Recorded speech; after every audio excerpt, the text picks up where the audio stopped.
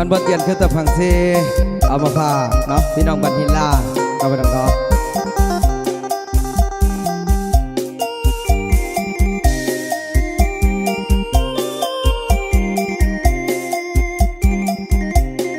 ขอบคุณอาจารย์เสามิวสิกเด้อพี่น้องเด้อผู้สร้างสรรค์ผลงานเด้อพี่น้องเนาะขนาดเสื้อผ้ายังมีมือสองเหตุผลที่น้องเป็นแม่ห้างถือธรรมดาชีวิตคนเราบ่มีอย่างแน่นอนดอกนาถึงน้องจะผ่านสายมาให้บ่ถือสาดอกนาคนดีอายหักน้องแท้บอกแค่สิ่งใดหมดทางหัวใจพร้อมยกให้น้องทันทีแม่ห่างลูกหนึ่งลูกสองลูกสามลูกสี่หักจริงหวังแต่งคนดีชาตินี้ขอมีเพียงนาห่างก็ห่างมาเสน่ห์มันบ่เดือนคือตาพังเสก็เพดังนั่นแท้ดอกนาบ่เคยตีเจ้าถึงไผสิเว้าว่าเป็นแม่หาไอ้นี่หวังแต่งเอานางหวังมาสวยสักเลี้ยงลูกแทนเขามากับไอ้เถิดนานวลน้องไอ้ขออาพร้อมจะดูแลน้องแทนผัวเก่าลูกสามลูกสี่ลูกห้าลูกหกอายกะเสียวโอขอเพียงแต่น้องลืมเขาไอ้พร้อมเสียวน้องเขาวิวาจ้าขอบคุณสำหรับอะไรน้ำใจด้วยพี่น้องเด้อพิเศษจีโอด้วยพี่น้องเด้ออายุมันคนยืนลำรวย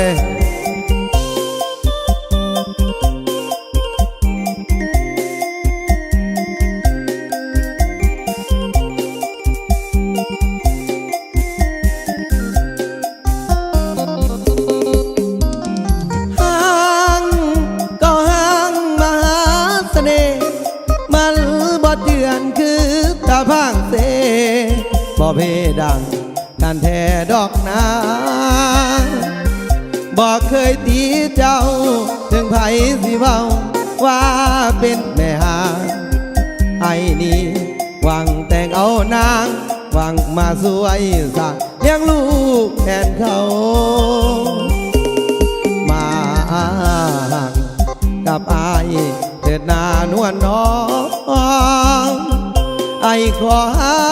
พร้อมจะดูแลน้องแทนผัวเก่าลูกสามลูกสี่ลูกห้าลูกหกอายกะเสียวโอขอเพียงแต่น้องลืมเขาไอ้พร้อมเสียวน้องเขาวิวา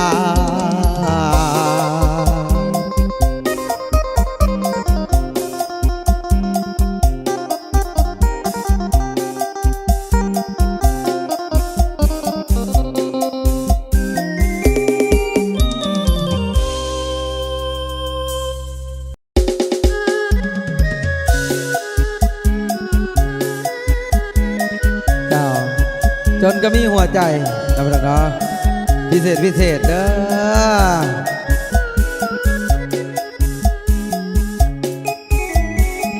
ขอบคุณพี่น้องทางบ้านตึงนะพี่น้อง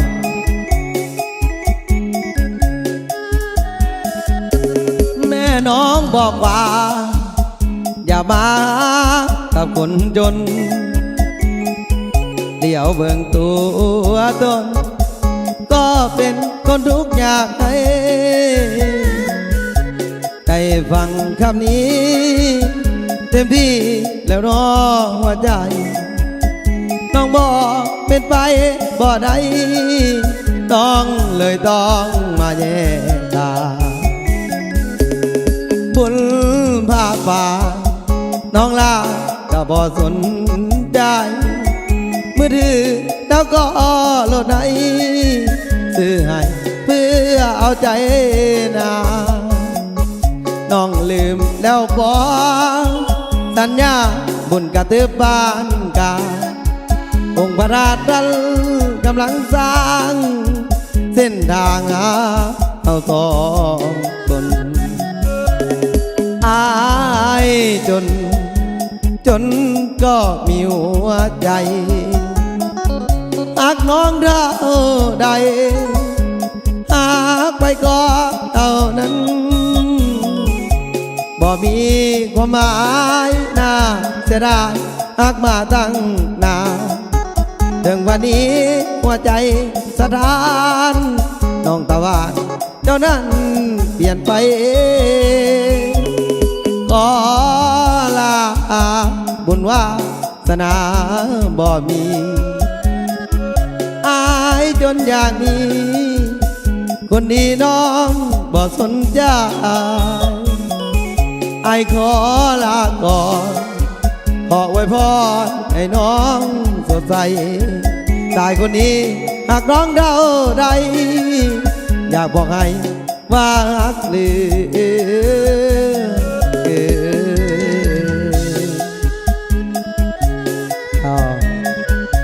ขอบคุณขอบคุณนำมาลัยนำใจเด้อพี่น้องเด้อแสดงสดจากงานแต่งที่บ้านตึงนะพี่น้องเนาะเฮ้ยเฮ้ยเฮ้ย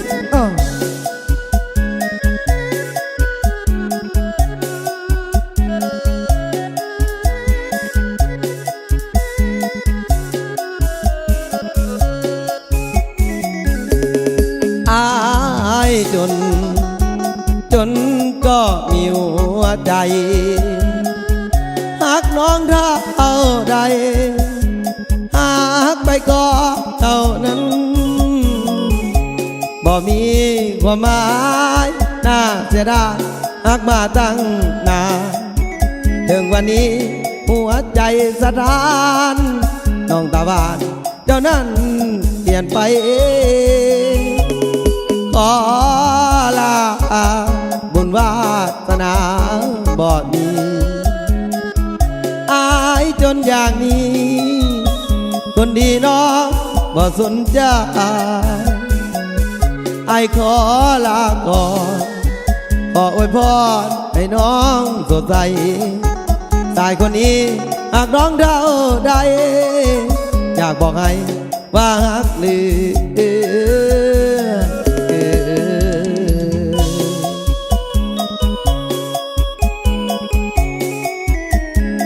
เจ้าอายุมันคนยืนผัวเดียวเมียเดียวเด้อพี่น้องเด้อ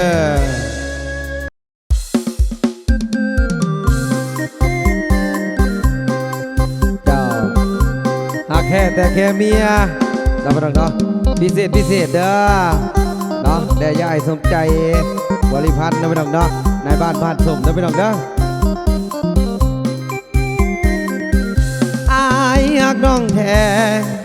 แต่ยังแค่เมียอายเด้อนางสองใจสองทางหนึ่งคือนางสองก็คือเมียหากเขาตอนนี้สิมีแต่แนวเสียมเสียเพราะอายมีลูกมีเมียตัดใจลืมเสียเป็นไปบ่ได้ถึงหากหมดใจแต่บ่ได้เป็นคู่ชีวิตลืมชาคนดีในชาตินี้คงบ่สมใจผิดที่ผิดของเอาเมียสองมู่หานเอาไว้แต่เอายังฝืนทางใจจากวันนี้ไปคงต้องอำลาหากมีบานตาแต่การด่าก็หากหมดใจแต่ แต่มันเป็นไปบ่ได้หาเอาใหม่เถิดน้องควันตาขอบใจอีหลีในความดีที่น้องให้มาต่อไปจงลืมไอ้ซาไอ้สิบ่มาเหมือนวันก่อนไอ้หักน้องแท้แต่ยังแค่เมียอายคือเก่าบ่ได้หลอกเจ้าน้องนงยาวหูอยู่ทุกตอนมาห่วมอยู่กินกากอยู่พินตัวน้องบางอ่อนเมียหูอายสิเดือดร้อนลาก่อนงามงอนอยู่ตีหักเฮ้ยขอบคุณนำอะไรน้ำใจด้วยพี่น้องเด้อไปกับสูตรเจ้าของร้อยเท่าล้านเท่าโดยเฉพาะพิเศษอย่าไอเที่ยงอ่ะเด้อ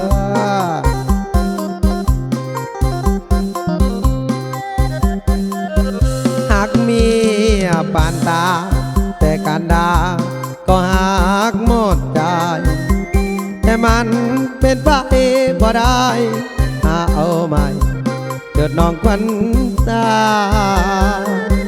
ขอบใจอีหลีในความดีที่น้องให้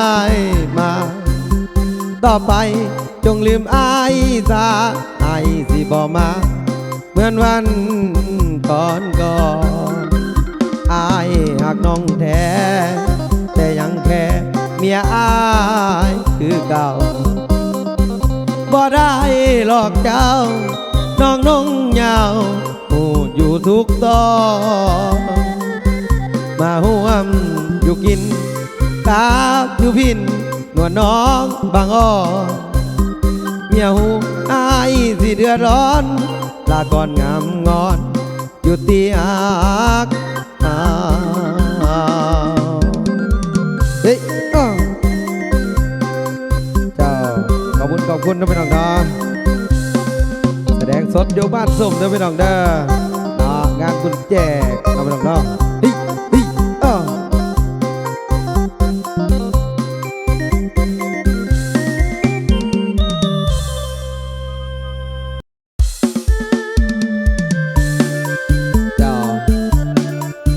สบายดีนะพี่น้องเด้อเนาะเอาบัตรปักปิ้งนะพี่น้องเนาะขอบคุณนำเจ้าของงานนะพี่น้องเนาะขึ้นห้านใหม่เพื่อนเด้อพี่น้องเด้อนำรวยได้เด้อเนาะซื้อได้ขายมันเอาสิสัญญามาฝากต้องเนาะ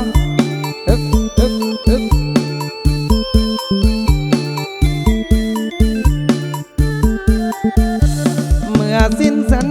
ญาน้ำตาหลัง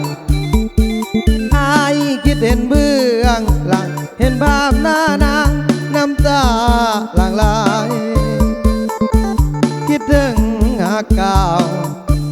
ทั้งเฮาเคยฝากจิตใจสัญญาเอาฝากฝังไว้แล้วดวงใจน้องมาได้นี้เมื่อสิ้นสัญญาน้ำตาลงมีใจโคตรหน้ามนสร้างบ่ปานี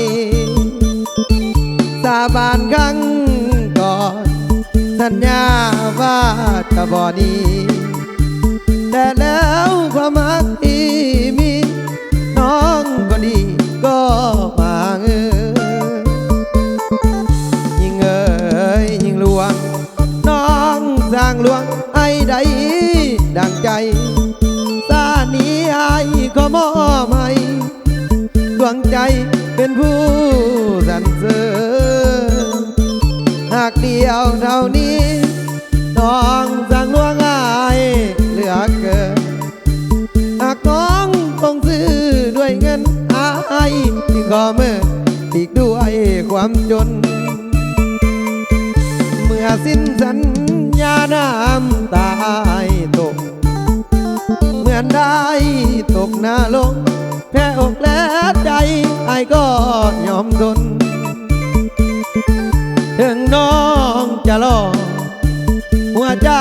ของสายที่จนขอลาน้องนางหน้ามนอายนี่จนขอลาน้องไป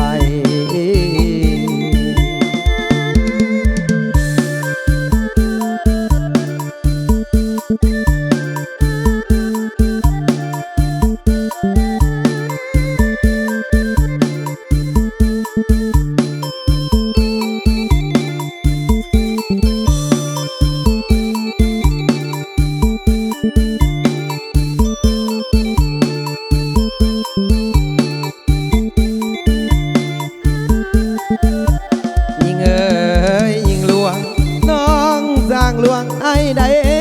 ดังใจสานีไอ้ขอมอบให้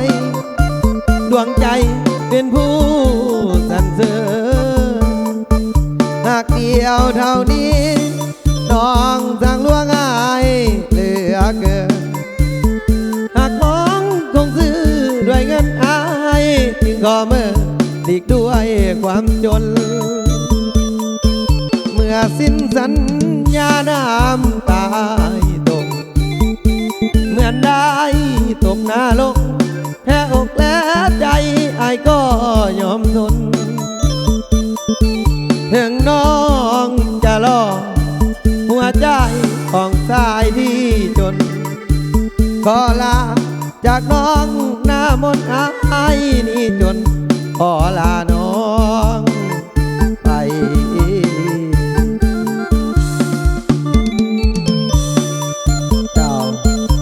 ขอบคุณน้ำลายน้ำใจเด้อพี่น้องเด้อไปกับสู่กับของร้อยเท่าล้านเท่าเนาะเฮ้เฮ้เฮ้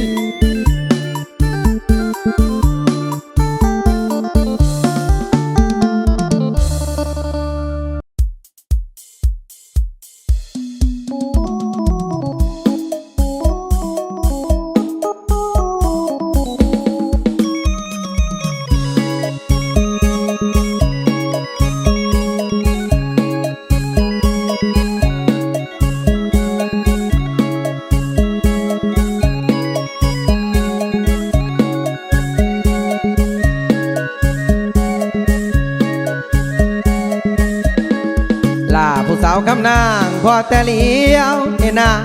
เข้ามายิ้มปล่อยบ่ให้สายลำที่มอยอ้อยน้ำน้องแม่นจังได้คนใครๆคือน้องเอาไปเด้อมันสิกวางมาเอาใส่เด้อแม่นนักห้องเอ้ยเอาอายแม่นนักลับเอ้ยนั่นละนานวลนะสัตว์เพิ่นนั้นเป็นสัตว์โพสัตว์เพิ่นนั้นเป็นสัตว์โพสัตว์ตัวนี้มันเป็นสัตว์เผาไปได้เนาะสิได้จับต้องนาเอาเผาเขาใส่โพเอ้ยนั่นละนานวลนานวลงามเอ้ยอยากเป็นเคยแม่นักบ่แล้วเอ้ยอยากน้ำแนวเจ้าเด้เอ้ยอยากน้ำแนวพนางดีสมควรแล้วนะขอลาพวกญาติพี่น้องเอาแก่เพื่อนพ้องพี่น้องมาฟังลำก็ให้สุขเลิศผลเจ้าได้มองคนสุขโศกจะเลื่อนพ้นเถิดหน้าแฟนแท้เถิดหน้าแฟนแท้อ้ายศิลาเมื่อกำหน้าบึงคำเด้อบอนใจอยู่ลาก่อนเด้อแม่นยอดสู้ตัวนายสิตั้งลาโอ้ยนั่นละนานวลนาคนงามนา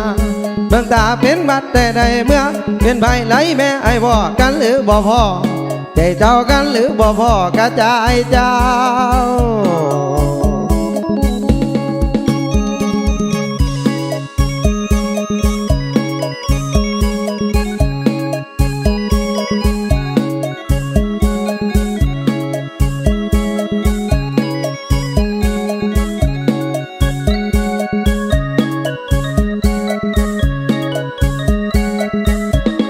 สมควรแล้วนะ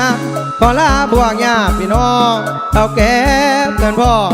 พี่น้องมาฟังลำขอให้สุขเลิศผลเจ้าได้มองคนสุขโศกจะเลื่อนพ้นเถิดหน้าแฟนแฟนเถิดหน้าแฟนแฟนอ้ายศิลาเมื่อกำหน้าบึงคำเด้อบอนใจอยู่ละก่อนเด้อแม่นยอดสู้ตัวนายสิห่างละโอ้ยนั่นละนานวลนาคนงามนาบ คนตาเป็นบักแต่ใดเมื่อเป็นภายไหลแม่ไอ้บ่กันหรือบ่พอใจเจ้ากันหรือบ่พอกระจายเจ้า